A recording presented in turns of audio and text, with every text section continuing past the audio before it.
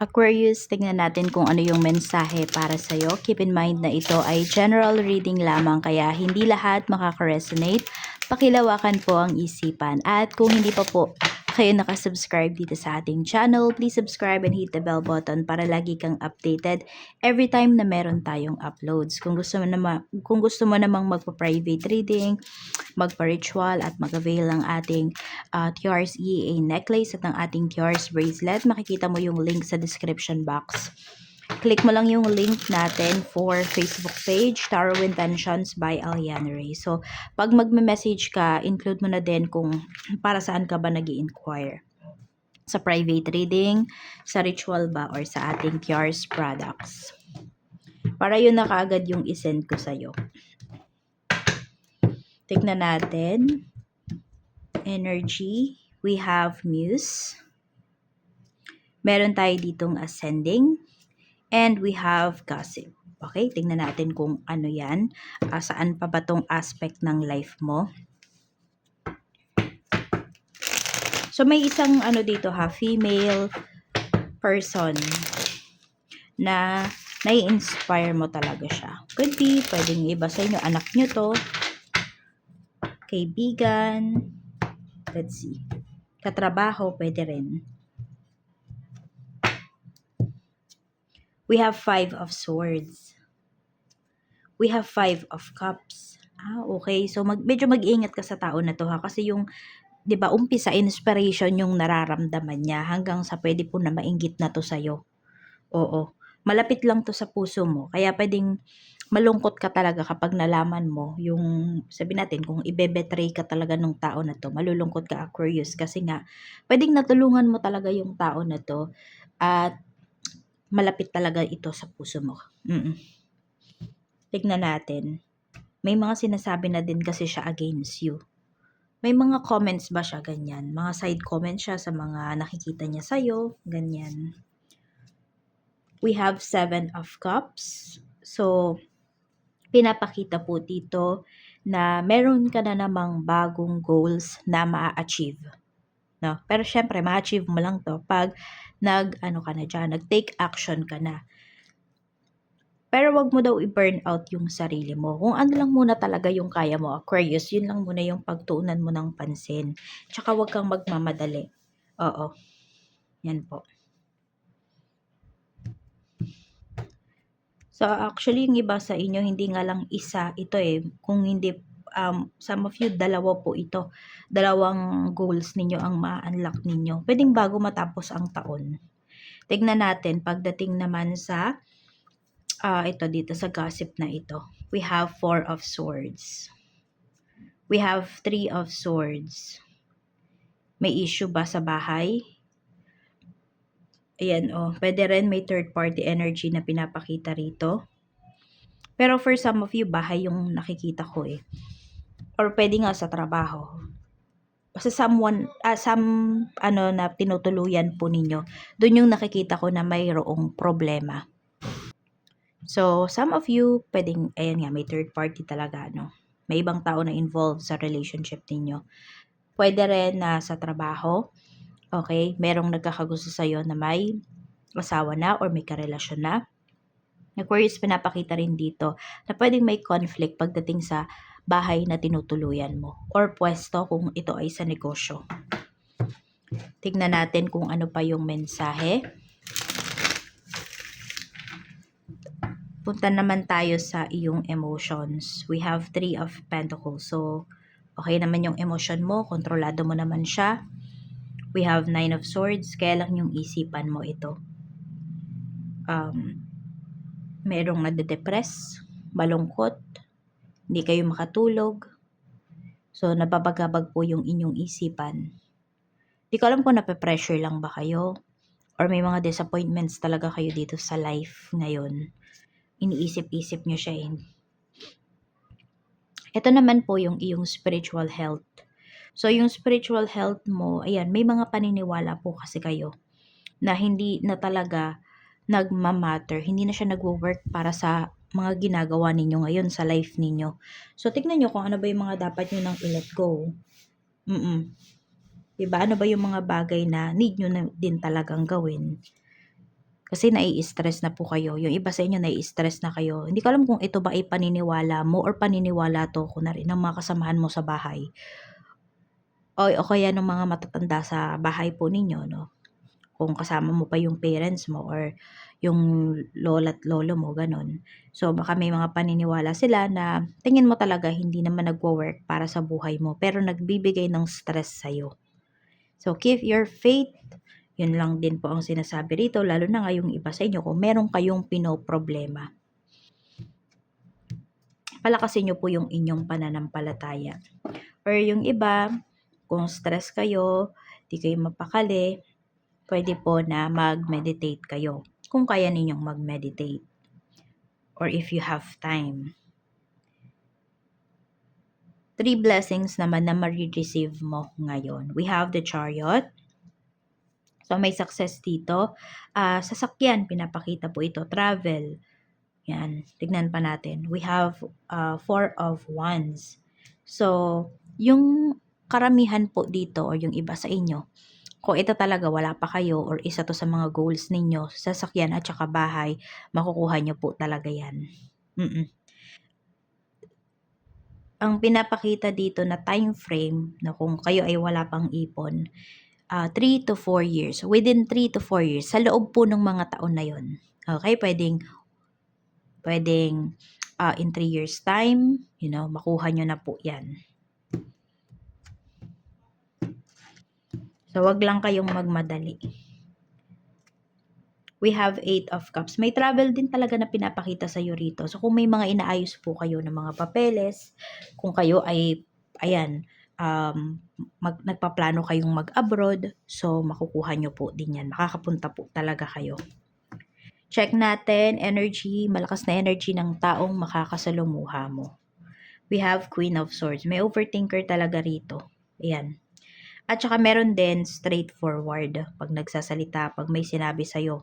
Kaya pwedeng kung emotional ka or mahina yung loob mo, masasaktan ka sa sasabihin ng tao na to. Kasi very straightforward nga siya. Tapos, meron din, ayan, secure, financially secure. Yes, meron dito, financially secure. Pero yung tao na to, hindi naman pwedeng aasahan mo siya lagi, ganyan. O, kahit meron dito na okay yung kaperahan, pero hindi mo masabi na medyo ganyan. Alam mo yan, ayan. No, medyo mahirap lapitan. Tignan natin. So, kasi, di ba, hindi naman problema ng ibang tao yung problema natin. Ganyan. Or tayo din mismo, kung tayo naman yung nilalapitan ng iba, hindi naman porket may problema sila, ipoproblemahin din natin. So, dapat may boundaries din. Sa work, we have King of Swords. We have Wheel of Fortune. Merong natutuwa sa'yo dito. Kung lalaki yung boss mo, ayan. Natutuwa siya sa'yo. Alam mo yung tingin sa'yo dito ng boss mo. Okay, or could be your manager. Basta mas mataas sa'yo yung position. Ikaw yung lucky charm dito sa trabaho. Ganyan. Ayan, we have the Magician. Kasi pwedeng nung dumating ka talaga dyan sa work, gumaan yung ambience, gumaan yung flow ng kaperahan. Pwedeng hindi yan sinasabi sa'yo directly. No? Pero mapapansin mo na laging may nakamasid sa'yo. Parang lagi kang tinitignan yung kilos mo, ganyan. Tapos pwedeng, basta parang karamihan ng mga nangyayari sa trabaho, pumapabor sa'yo or pabor sa'yo, ganyan. Hindi ito sasabihin sa'yo kasi baka lumaki yung ulo mo, Aquarius. Pero may mga hints. Mapapansin mo yun. Basta parang masasabi mo nga siguro sa sarili mo lang sinasabi na parang favorite ako nitong boss ko na to. Yung ganyan. Tignan natin. Pagdating naman sa yan, yung mga co-workers mo naman, tignan natin. We have Temperance. So, yung mga co-workers mo naman, mababait, okay? Madami sa kanila ha, mabait, mahaba yung pasensya. Oo. We have 8 of Wands. Wala naman, tinanong ko naman dito kung may naiinggit ba sa'yo na co-worker mo. Wala naman. Pero siguro may mga nasasabi lang sila, pero hindi naman inggit Oo. Tignan natin. Kasi pinapakita rin dito, mabilis din naman kausap yung mga coworkers mo. Tignan natin. Pagdating naman sa negosyo, kung meron ka pong negosyo. So, we have Ace of Cups, we have Queen of Wands, and we have Queen of Pentacles. So, dapat lagi kang present dyan sa iyong negosyo. Mas maganda kasi yung sales. Mas maganda yung pasok ng iyong negosyo. Hindi ko alam kung may business partner ka dito. Tingnan natin doon sa mga may business partner ha, kung honest ba sa'yo yung business partner mo. We have the moon. Meron siyang tinatago sa'yo. So, pwedeng, basta meron siyang bagay na tinatago sa'yo about dyan sa business po ninyo. So, it's for you to discover. Kasi, di ba, iba-iba naman kayo ng sitwasyon. Kamusta yung sales? 9 of Wands. Okay naman po yung sales niyo. Pumapalo naman po talaga siya. We have the Hanged One. Sulit na sulit naman po yung inyong, yung inyong sacrifices pagdating dito sa negosyo. Stuff naman, if you have stuff. We have Death card. We have 6 of Cups. Parang hindi ko alam kung merong umalis na stuff mo before. No? Para kasing gusto niyang bumalik. Ayan. Merong gustong umalis, tapos may gustong bumalik. Yun yung nakikita ko dito sa mga staff mo eh. We have Justice. Pero yung gustong bumalik na to, okay, tignan mo kung mapagkakatiwalaan mo. Baka kasi kung pangit yung ending ninyo before, no? Yung pag-alis niya, ay syempre, wag mo nang pababalikin to. Maghanap ka na lang ng bago. Oo. Kasi pwedeng mas malala pa yung problema na ibigay niya sa'yo once pinabalik mo yan. Tignan natin, pagdating naman sa kaperahan, we have the Hierophant, we have 10 of Cups, and we have Page of Pentacles. So, Aquarius, yung iba po sa inyo, no? Ewan ko ba, nakikita ko kasi dito, parang may malapit na matapos. So, kung may nagpapaaral po dito ng anak, so looks like malapit nang matapos po sa pag-aaral yung anak ninyo. So, talagang alam mo yun, yung mga sakit ng ulo mo, mga sacrifices mo, sulit talaga siya. Oo. Ayan o, happy ka naman dito. Hindi ko din alam kung, or ang pinapakita rito kasi may parang bago nagtatrabaho. So, kung ito nga po ay anak mo, nakaka-graduate lang, ayan. So, alam mo yun, makakatulong talaga siya. Kahit hindi mo siya obligahin, tutulong yan sa'yo. We have the Hermit. So, ito yung possible kasi na maging gastos po ninyo. Pwedeng may magpapakulay ng buhok dito kasi baka dumadami na yung puti yung buhok. Meron din po dito magpapamasahe. Tapos, meron din ako nakikita kasi may energy ng matanda dito. So, pwedeng maintenance. Ayan.